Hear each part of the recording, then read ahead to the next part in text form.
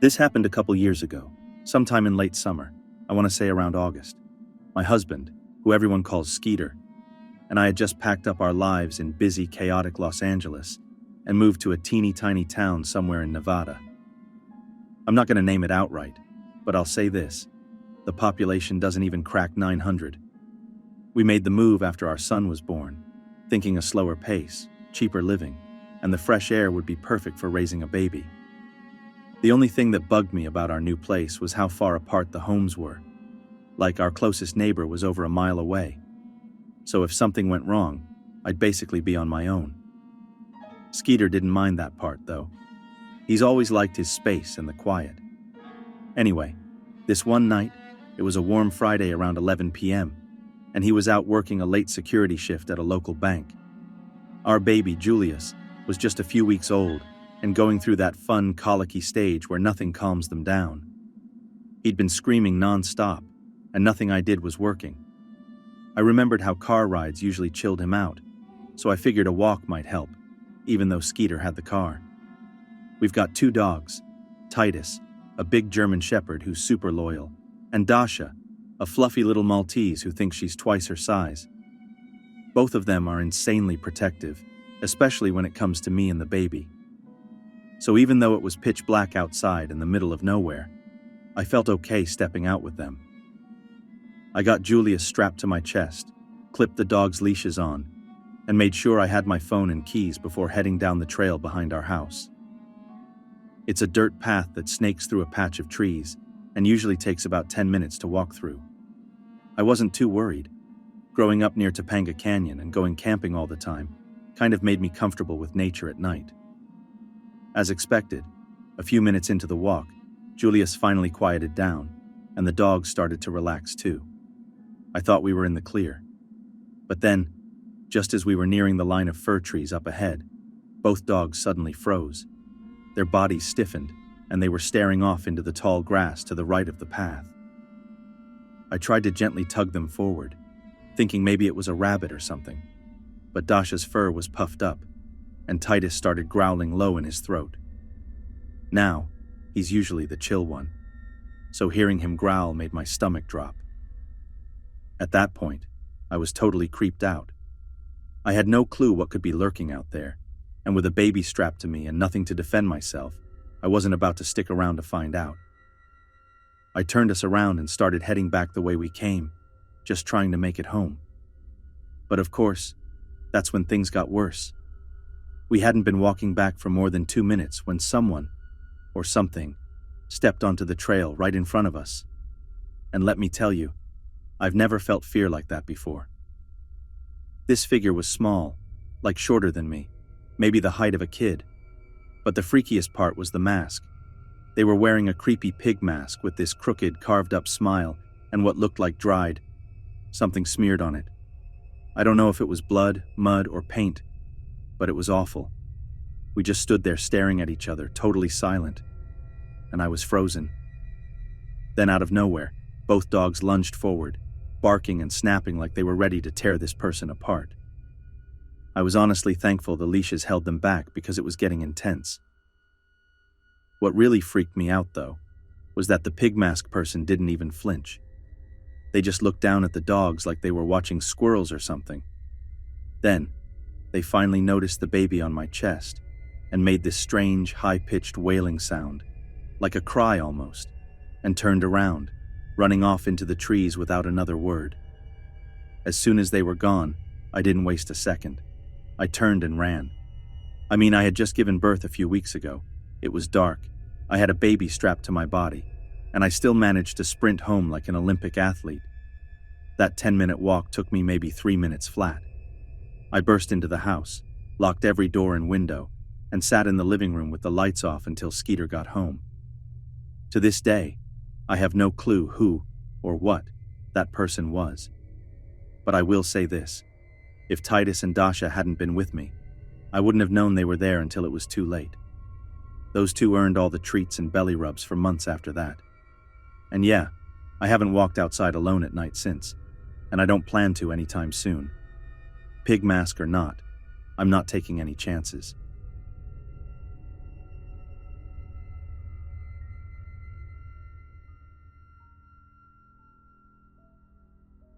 This happened when I was 19, during that phase when you feel like nothing in the world can touch you. My cousin had offered me a job helping out with our uncle's glass installation company. You know, the kind that handles those huge glass panes on tall buildings. The job was in Destin, Florida, which meant I had to leave my hometown in Tampa for a bit. But before heading there, I figured I'd swing by Russellville, Alabama, to hang out with some family, and then tag along with my cousin down to Destin together. This was my first real solo road trip, and man, was I underprepared. I was driving this faded green Mercury Sable that honestly shouldn't have been doing anything beyond grocery runs, but I didn't care. I had that invincible teenage confidence, like, what's the worst that could happen? My parents, of course, warned me. They kept pushing me to pack food, water, emergency stuff, typical parent things, but I brushed it off. I had a cell phone, fast food joints everywhere, and it was just a few hours of driving. I wasn't crossing a desert. So anyway, I hit the road, excited and clueless. What I didn't realize was that Alabama could get really cold, and surprise, my car's heater didn't even work. I didn't even know it was broken since, Florida kid. Still, I figured the chill was helping me stay awake since I was exhausted from all the stops I made. Eventually, I left the interstate and started navigating these weirdly numbered rural roads that didn't have normal names. The GPS situation back then was sketchy. I was using printed MapQuest directions, which basically meant one wrong turn, and I'd be out in the boonies with no clue how to recover. By this point, I was starving. I kept thinking about how my parents told me to bring snacks. And yeah, I was really starting to regret ignoring them. I didn't want to risk getting lost by driving too far off my route looking for food, so I was praying something would just pop up along the road. Sure enough, I spotted this rundown little country store with a flickering light above the sign that just said grocery in faded letters. It looked sketchy, honestly. Most of the interior lights were off, but the place didn't look totally closed. I figured I'd try my luck. Maybe they were just one of those old-school places that stay open late. I parked and walked up to the front door. As I reached for the handle, I swore I saw someone move inside, like a shadow at the end of one of the aisles. The door was unlocked, which surprised me. I pushed it open and called out, "Hello?"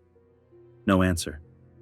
I called out again, saying something like, "Hey, I saw someone inside. Was hoping to grab a snack real quick." Still no response. The store smelled weird too, like meat that had been sitting out too long. But I was desperate for food, so I stepped farther inside, trying to see if someone would pop out. Then out of nowhere, this guy appeared from the back. Not the old man I expected, but a guy who looked like he was maybe in his early 30s. He had this big, polite smile plastered on his face, but the weirdest part? His eyes didn't match his smile. He just stared at me without blinking, his face frozen except for that smile. I remember thinking it looked like someone wearing a human mask. It just didn't feel right. He said something like, "Oh hey, sorry, we were just about to close. What can I get you?" I told him I'd been driving up from Florida and was just looking for some snacks, maybe chips and a soda. He nodded and said they had plenty, then locked the front door behind me. Said it was to stop anyone else from coming in while he was helping me. That made my stomach turn a little, but I didn't want to be rude. He then said, "Follow me," and started walking toward the back of the store, past the shelves, toward those plastic curtains you usually see in warehouses or meat sections. As he pulled one aside, he looked over both shoulders like he was checking to see if anyone was watching us. At this point, I'm getting serious nope vibes. I glanced to the side and noticed a rack of chips I hadn't seen before. I told him, "Actually, I'll just grab one of these if that's cool." He didn't seem happy about that. He tried convincing me the good stuff was in the back and I should check it out. Meanwhile, I noticed the buzzing, flies circling above a meat cooler, and the packages looked like they'd been sitting there for way too long. That was it for me. I faked checking my pockets and said, "Oh man, I think I left my wallet in the car. I'll be right back." I spun around and headed for the front. As soon as I hit the door, I twisted that lock like my life depended on it. When I finally yanked the door open and turned to look back, the guy was gone. I didn't wait to see where he went. I jumped in my car, floored it out of that parking lot, and didn't stop until I was in my cousin's driveway.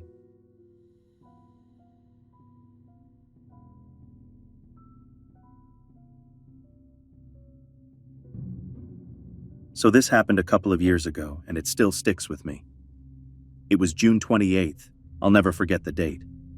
A group of us had gone to the movies like we usually did, and after the show we wandered around the plaza a bit.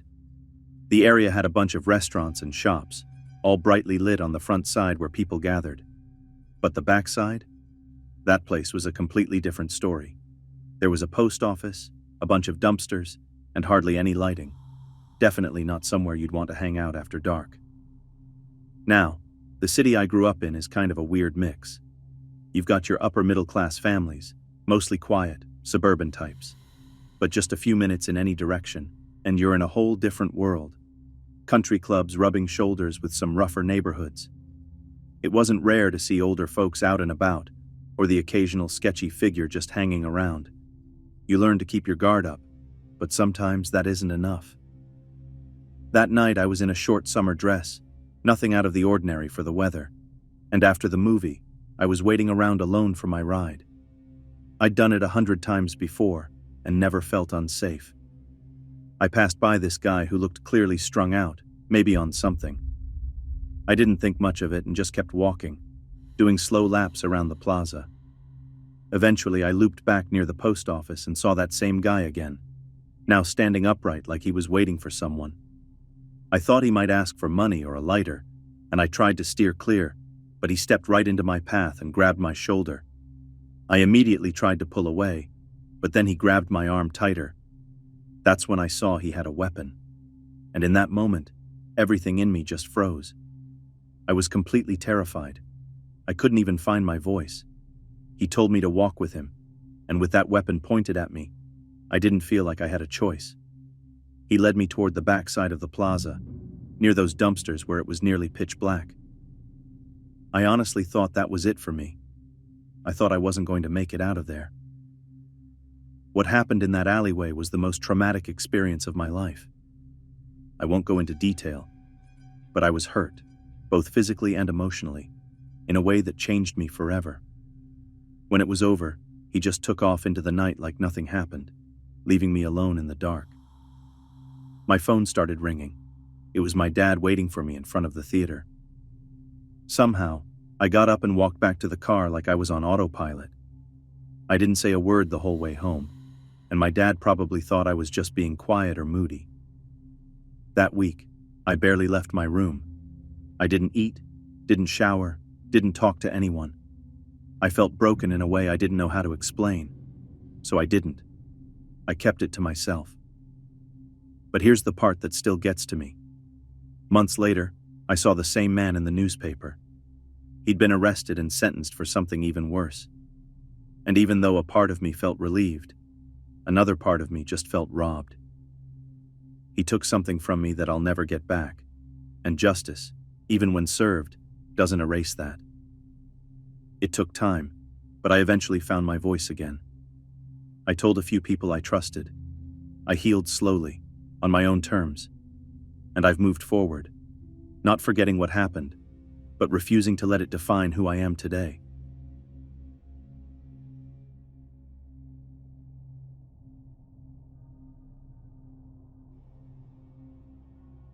I live in one of those small towns where not much ever happens.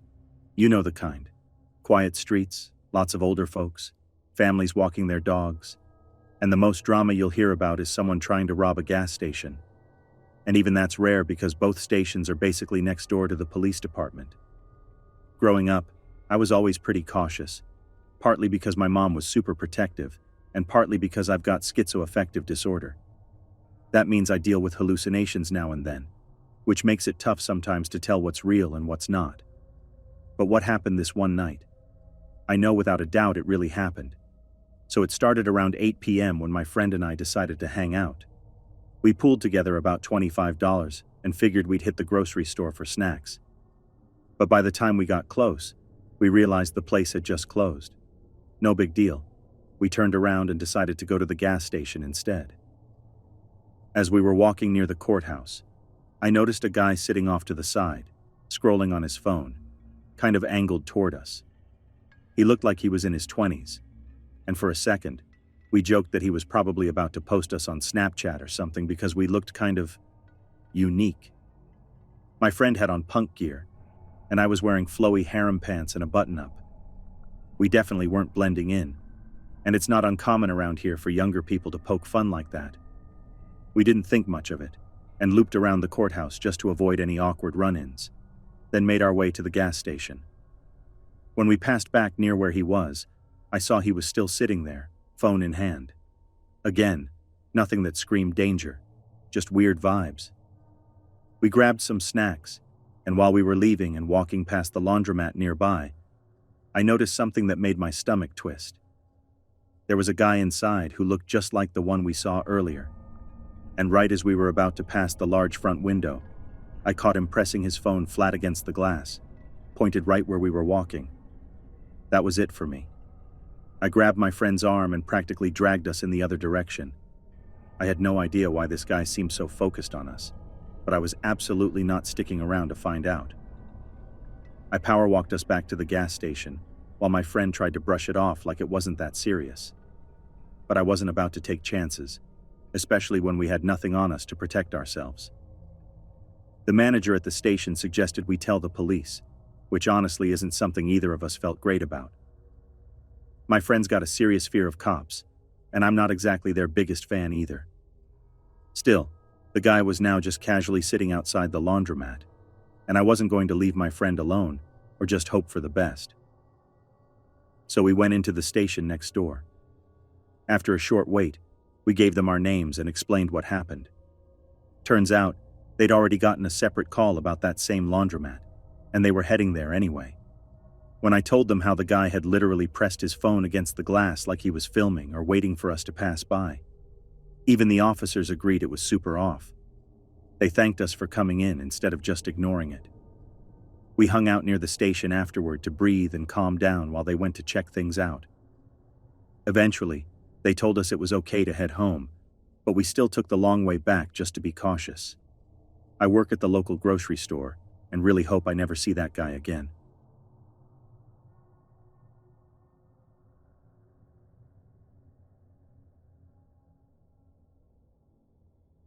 I'm 18, and I live in this tiny village-style town in British Columbia, like one of those places so small that even some people in the neighboring towns haven't heard of it.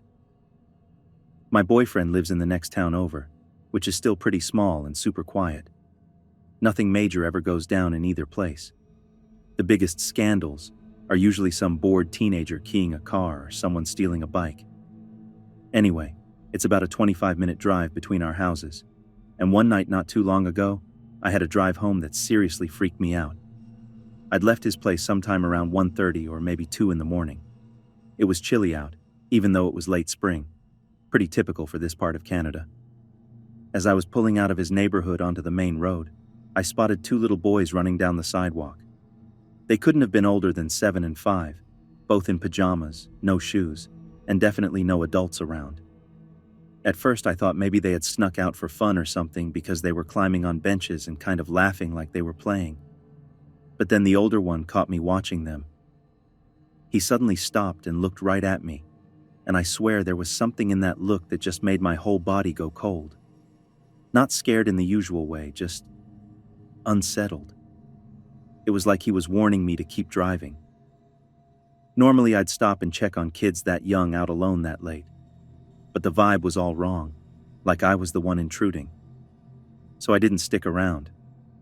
I pulled out and headed for the highway. That's when I noticed a car behind me. At first it seemed normal. I mean, it's a highway. Cars come and go. But after a while I realized there had been no other cars around until that one showed up, and I hadn't passed any turnoffs or exits. Then, just like that, it vanished. The headlights were there 1 second and gone the next. No swerving, no slowing down, just gone. My first thought was maybe they turned off their lights on purpose, which was weird enough, but given I was already on edge from the kids, it made me extra uneasy. I kept going, and when I hit a lit intersection, I half expected that car to show up behind me. But it never did. Not once. That made me even more nervous, and I just wanted to get home at that point. Eventually, I pulled off the highway and onto the road that leads to my little village. Now this road is narrow, has no streetlights, and is full of bends and curves with nothing but trees and brush on either side. You can't really see what's coming around the corner until you're right on it. As I rounded one of those corners, my headlights lit up two people walking, one guy and one girl. I didn't recognize them, which stood out right away because, seriously, I know almost everyone who lives here. The guy looked a little older than me, maybe 20, and the girl looked younger, like 16 or so. The guy had a backpack and longer hair, and just the way they were walking down that road at 2 a.m. was off. No one walks that road at night. It's not somewhere you end up accidentally. As I drove past them slowly, doing about 30, the guy suddenly started running next to my car. Not like jogging to scare me in a jokey way. He kept pace and stared right into the window like he meant business. No smirk, no laugh, just this dead serious look that made my skin crawl. I sped up, but I was getting close to a stop sign, so I had to slow down again. I checked my mirror, and he was still coming. I took the turn into town and didn't even care about the speed limit anymore. I was going at least double it. I didn't see anyone following me after that, but I didn't let myself relax until I pulled into my driveway. Even then, I didn't want to get out of the car. My heart was pounding, and I kept imagining he might pop out from the shadows. But I couldn't just sit there, so I jumped out and ran for the door. Just as I was unlocking it, I heard this loud crash behind me, like metal hitting pavement. I whipped around and saw a garbage can tumbling down the street, even though the wind wasn't strong enough to explain it. That was it. I darted inside, slammed the door shut, and locked it fast. Nothing else happened that night, thankfully, but the whole thing left me feeling totally shaken. I don't know what was up with those kids, or the car, or the guy running after me, but after that night, I started seeing my quiet little town a bit differently.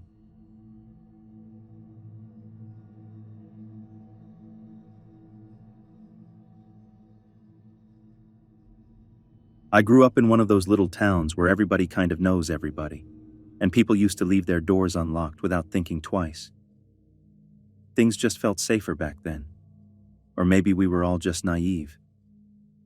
When I was around 14, I had a few regular babysitting gigs, and one night in December, one of those families asked me to watch their 3 daughters while the mom went out to a Christmas party. This wasn't anything new. She trusted me to stay late and even told me that if she wasn't back until after 3 a.m., it was fine as long as she'd booked a cab ahead of time. The girls were sweet, and after some playtime and getting them to bed, I went downstairs like she'd suggested since the TV upstairs was broken. I remember just flipping through the channels for a couple hours. It was probably around 1:30 in the morning when I grabbed the cordless phone to maybe call my mom or sister to say I'd be home late. That's when I heard the front door upstairs creak open. It caught me off guard since the mom usually came in pretty quietly, and she would have said something right away if it was her. I figured maybe she just had too much to drink, so I got up and started heading toward the stairs. As I got to the top, I heard someone stumble, so I sped up a bit, thinking she might have tripped. But the second I turned the corner, my heart practically froze. It wasn't her. There were 3 strangers standing in the entryway. A woman who was clearly drunk, slumped halfway inside the door, and 2 men behind her, who looked just as confused to see me as I was them. I asked what they were doing, and the woman mumbled something about being there for a party. Now that obviously didn't make sense, so I asked if they even knew the woman who lived there. When I mentioned her name, they didn't seem to have a clue who I was talking about. One of the guys kind of looked me over in this way that made me feel gross, and then he asked if I was there by myself. I didn't want to answer that. All I could think about were the 3 little girls sleeping upstairs, and there was no way I was letting anything happen to them on my watch. Instead of answering, I told them firmly that there was no party here and that they needed to leave. The drunk woman kept insisting they were at the right house, and that's when the guy who had asked me that question took a step toward me. At that exact moment, we all heard a beep, like a phone button being pressed. I had totally forgotten I was still holding the cordless phone, but that little sound seemed to rattle him. He must have thought I'd called someone or dialed the police, because suddenly he told the others they were leaving. He grabbed the woman, told his buddy to help, and they all kind of awkwardly stumbled back outside. The second that door shut, I locked it so fast it probably shook the frame. I ran to the front window to watch where they went, thinking maybe they really had the wrong address. But they didn't stop. They just kept walking down the block, like they were going somewhere specific. That's when I knew they hadn't just wandered into the wrong house. They were definitely not supposed to be there. When the mom came home a couple hours later, she was too tipsy to notice much. She was a little surprised the front door was locked, but I just told her it made me feel safer. I didn't tell her what happened, not because I didn't think it was serious, but because I felt kind of stupid for not handling it differently or calling the cops. I still think about how much worse it could have gone, and I'm just grateful it didn't.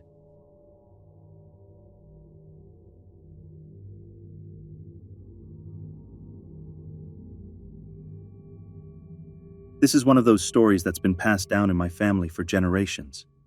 Everyone swears it's true, and honestly, the way it's always been told gives me chills every time. This happened way back in the day. We're talking pre-1950s, in this tiny little town somewhere deep in the Mexican countryside. It was one of those places where families had their own land with chickens, crops, and everything, and every house was spaced out with its own little bit of property.